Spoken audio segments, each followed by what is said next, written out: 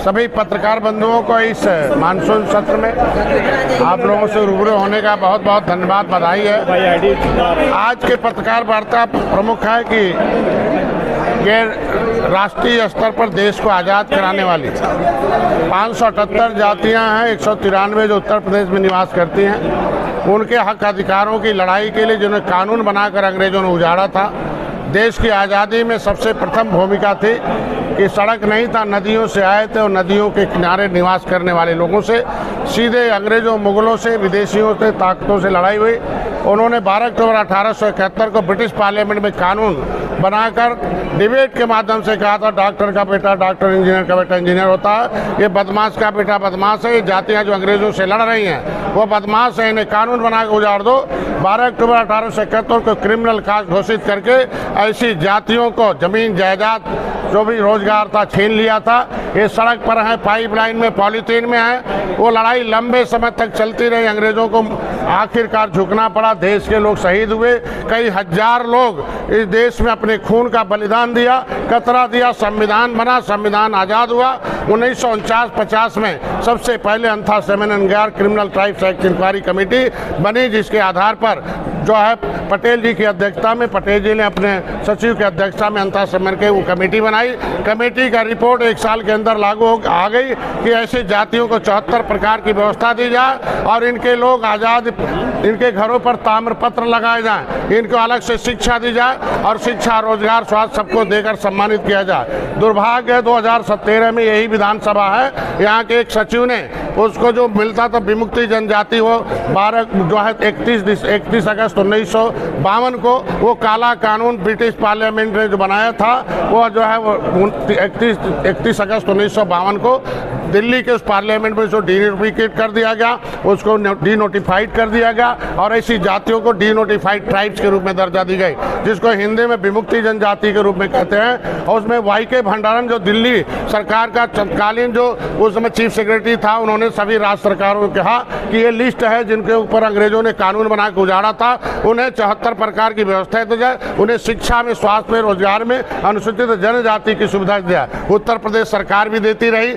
लेकिन यहाँ की उस समय 2013 में जिसकी सरकार रही, नाम लेना ठीक नहीं लगता, जुबान खराब हो जाता है, क्योंकि उन लोगों ने वो छीन लिया, कह दिया जो जातियाँ जिसमें हैं हम अनुसूचित जाति जनजाति की सुविधा देने की बात हुई। 1950 में अनुसूचित जाति में हम सम्मिलित हुए।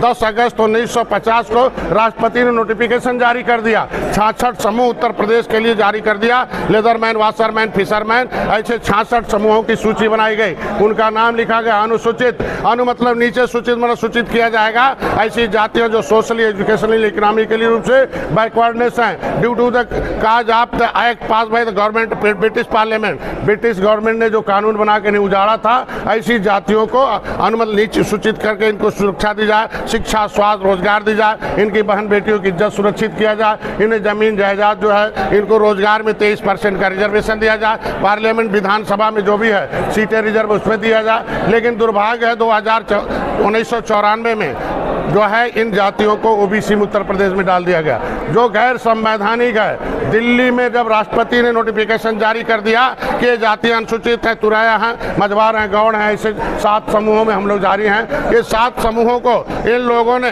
जो है अनुसूचित जो जारी राष्ट्रपति के नोटिफिकेशन के बाद भी उत्तर प्रदेश में एक अलग नोटिफिकेशन जारी हो गया और कह दिया ये जातियां हैं पिछड़ी, अब ये खाएंगे खिचड़ी, इनके बच्चों से कुछ नहीं उखड़ी, और ऐसा करके इनका हिस्सा लूट लिया और पिछड़ी जाति में डाल दिया।